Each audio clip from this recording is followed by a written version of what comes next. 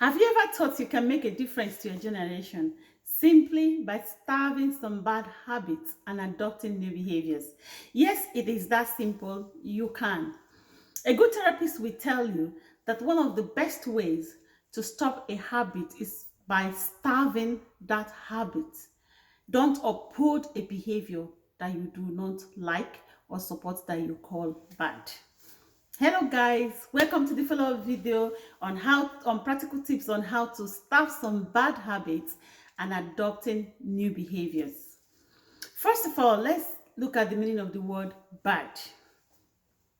I asked a 3-year-old, what is the meaning of the word bad to you? And hear what she had to say. What is bad is bad.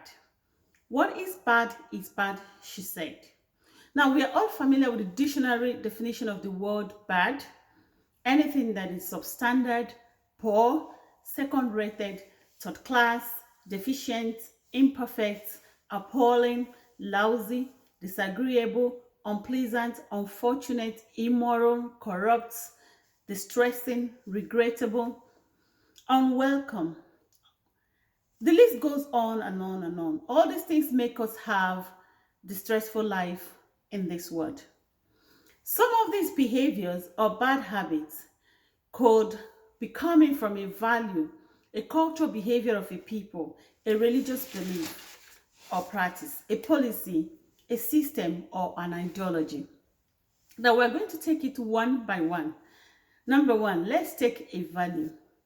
For example, if you do not agree that disrespecting men is a way of empowering women, then you have to stop behaviors that make men feel shameful, useless, unimportant at workplace, and at home or business places or anywhere at all, because men are needed in every step of life existence.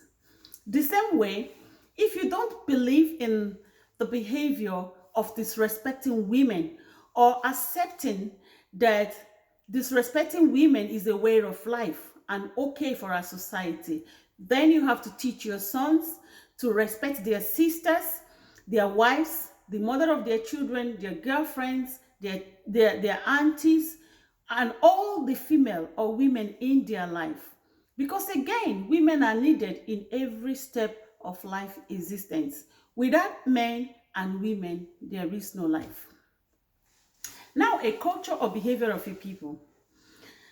For example, from Nigeria, where I come from, if you give somebody something with left hand, it is regarded as being disrespectful, especially when it's coming from a younger person to an older person. Personally, I don't think that this kind of culture is not sensible because, of course, there are people who are left-handed. So what do I do?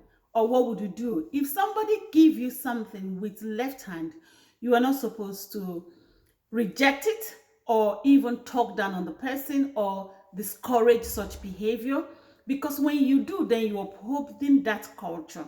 And again, don't hang around people or don't join the people who defend their behavior with the common phrase, it is our culture and there is nothing we can do about it. Yes, there is something we can do about it, even if we think it is our culture.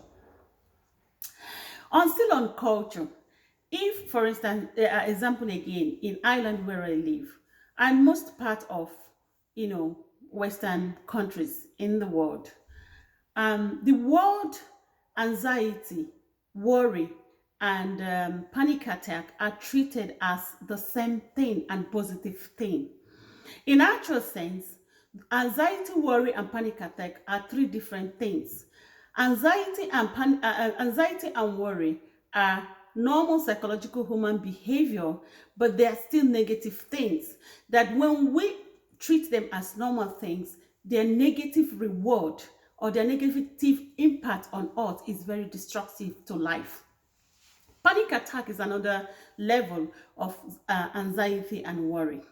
But now, treating them as the same is a common culture in Ireland, and people kind of treat them as positive things by living every day to worry and being anxious over everything and nothing.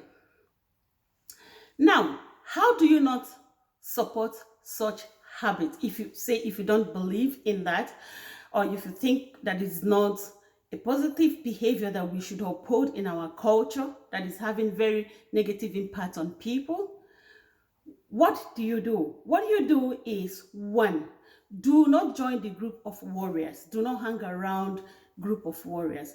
And do not worry for everything and nothing. For example, during exams or even going to visit a doctor or the police or the lawyer, if you haven't committed any crime, there is no need to worry about the meeting before you attend the meeting.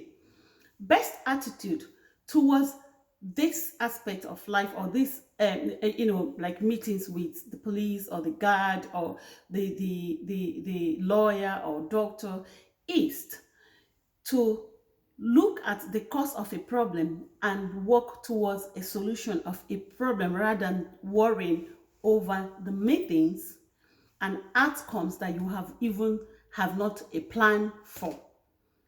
The same during exam. Do not hang around people who just worry for exams instead of studying and dealing with exams as should be done or as should be dealt with. Now, a religious belief, whether you're a Christian or Muslim or Hindu or Jew or whatever religion you practice, or even you are not non-religious, and the organization that you belong to uphold a religious belief that you think that is not humane, that you think that is discriminatory, that you think that is torturous to other human beings, what do? You have to stop that behavior by not partaking in that policy or even that cultural practice. I give an example. I go to Catholic and I do not believe in the prayer Hail Mary. So what do I do when I go to Mass? I do not say the Hail Mary. And if anybody cares enough to ask me why, I will explain to them why I don't rehearse that prayer, and I will never do, because I do not believe in it. Now, policy. If you're working in a company or you even in your country, there is a policy that you think that is not, that is probably racial, gender bias, discriminatory, not good for our environment or for people at large, what do? You can do something, you can say something to the management or to your co-workers or even to the media. Sometimes we'll think that our voice does not matter. When you say something and everybody that does not believe in that thing says something, even though you are in the minority, with time you become the majority, and whoever who has created that policy will be in the minority, and those that do not want to uphold that policy will be in majority. The same with a system. If you do not believe in a system, say something to the government, say something to the media, say something to human rights activists, say something to the next neighbor. Don't just say, what is the system? There is nothing we can do about it. Yes, there's something we can do about it, and we can just start even by talking about it, not upholding behaviors that encourage them, and saying something to the media, the government, or any stakeholder. Now back to ideology. An ideology is very powerful and spreads very fast like a cankerworm.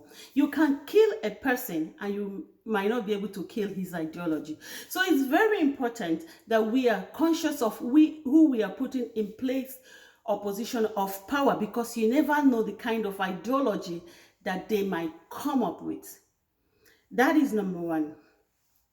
And number two, it's not right to give individuals too much power over others. Again, because you never know the kind of ideology that might come up with. So check the powers that you give to an individual, especially that is in place of power. Now, don't forget that don't support what you call bad, a behavior or a habit that you call bad. Do not partake in the practice, and do not partake in the practice. Don't say or do something and evaluate the powers we give to one individual against others. You never know when their hidden bad ideologies will crop up. But to overcome all this, one thing that is very important is to remember not to be afraid of human being. There is a difference between being afraid of human being and respecting culture or policy or laws. It is right to respect policies and laws. It is very wrong to fear your fellow human being. Always see yourself as a full human being that you are. Remember to click the subscribe button and drop in your questions and your answers. For now, I am Jane Beatrice Ifeanyi Ejim. Live good, feel good.